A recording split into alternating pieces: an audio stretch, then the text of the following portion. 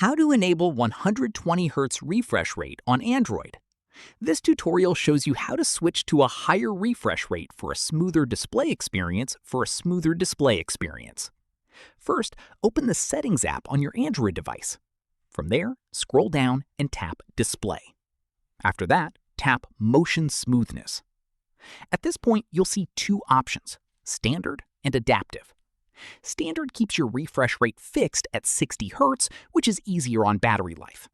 Adaptive automatically switches between 60 Hz and 120 Hz depending on what's on screen, giving you smoother scrolling and animations when needed while saving battery during less demanding tasks.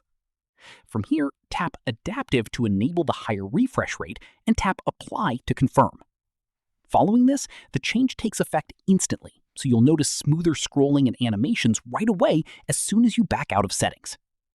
Keep in mind that 120 Hz is only available on devices that support it. If you don't see the adaptive option or only see one choice, your device may be limited to a lower refresh rate.